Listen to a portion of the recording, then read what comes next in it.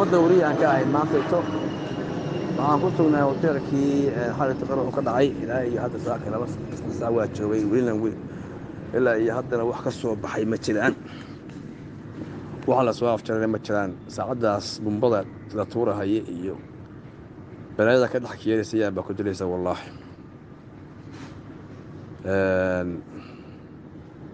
dad badanoo meydana waa dhex yaallaan masaajidka dad baa dhex yaalla meyda hoteelka masaajid ku yaalla meyd baa dhex yaal barxadda meyd baa dhex yaal kuwii xalay fiiskii dhintay xitaa waxay yaallaan meel kuwa xitaa bannaanka yaalla cid qaban kadha iyo cid qaadi kadhaana ma jirto liif baa wada saaran bumbay waxay ugu dagaalamayaan yar yar ruuc laalaag bay waxay ugu dagaalamayaan sida xabad darsaas wax kale ku dagaalamayaan bumbadaas ku dagaalamayaan miif ma iskartii ciidanka aagiisu aad buu u batado ilaa xalay ciidanku aad kuwii xitaa qori ka furteen dhowr qori xitaa way furteen oo waxaa shabaabkan furtay niman lu ku jiray bumbay ku geeyeen saddexdii waa dhaawaceen mid baa qori ka caray labana qoriga jeetay kii qoriga ka caray qoriga ka qaateen mid kalena qori bay ka qaateen marka ayagaaba saanad ciidan iyo hub hor la sii helaya bal afjar la soo afjara daayo ayagiibaa hub hor la sii helaya waxa weeye oo maanimada xitaa oo maanta oo maanimadaabay weliba qoryaha furnayaan waa niman dee jihaadahow inkaada ku dhacday oo naftooda wahiimo ilaahay masiibo ku riday oo aan dee nolol rabin iyo qof nolol raba wax isku dhow maahan iyo wax is-aagaya midna maahan marka dad badan baa meesha yaalla oo meyda dadka badiiba hadday laayeenba xalay korontada goonayd mugdi bay ahayd xabaddu iska socotay saaka markii waagu u baryey bay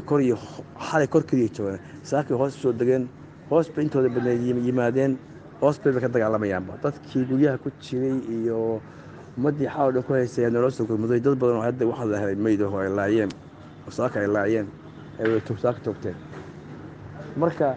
waa masiibo mahaliga meeshana waxaa galay oo lagu qurxiyey waa gaari saarufa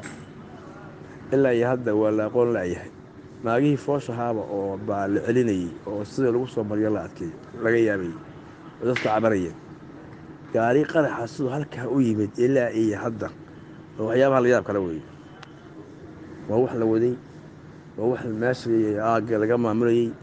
waa wax kolley baa dee aan la odhan karin shabaab baa ku lug leh waa arrimo waaweyn weeye oo kala weeye lama odhan karo waxaana shabaab bay ahaayeen ma la odhan karo shabaab halkaa mana imaan karo waxna kama fulin karo waa bartimiin madaxtooyada meel lagama soo mara mare meel kasta bir baa taalla meel kasta askari baa taagan meel kasta waxa weeye toytaboonti baa saaran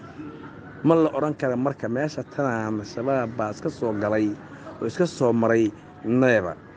waa wax la hogaaminayey waa qorshaysan nidaam qorshaysan oo laga soo shaqeeyo wey aad looga soo fakaray wey haddaba welina wixii hadda waa socdaan weli lama soo afjarin haddeertaan baan ka soo dhaqaaqay oo ka soo tegey meydadkii xalay yaallay ninkii reer siyaad ninkii wadeelmoge ninkii kale dhulbaante ninkii ortoble barti bay yaallaan naag gabdho meyd xitaa waa arkay saaka anugu meesha yaalla laakiin ciday yihiin ma garanayo wallaahi dad badan oo hotel ka shaqaynaya inay marixaan ahaayeen iyo inay qolo kala dad ahaayeen ma garanayo kolley dadkooda kolley markii nin meel furto dadkiisa unbaa yimaadee aan jeclahay inay weliba marixaan yihiin kaloo meydoo fara badan oo dadka shaqaalaha hotel ka shaqaynaya iyo dadkii kuugta ahaa iyo dadka shaqaalaha ka ahaa hotelka iyo dadkii hotelka dad badan oo dadkaasuna meesha aad bay ugu leedaan meesha daacsanyiin sida la sheegayo meeshaana weli wixii waa ka dhacayaan welina wixii waa ka socdaan labana soo afjarin welidee marka aad baan ii salaamayaa kolley khasaaraha hadda cidna ma tiro koobkooda iyo intay leegyihiin markii meesha la galo meydka loo tago meydka la arko waxa la qiimeeyo iyo wixii la qaaday wixii ka dhintay markaasaa wax lasoo sheegi karaa hadda cid wax sheegi kadhaa ma jirto iyo cid ka warbixin kadhaa sababtoo meeshiiba gudaheediiba cidtaagi kadhaa ma jirto dhabarka dambe laga dagaalamayaa meelo waxaa jira aan la hormari karinba oo rido waxaa jira aan hortooda la mari karinba oo liifka iyo ummada ay caada toos ugu imaanayso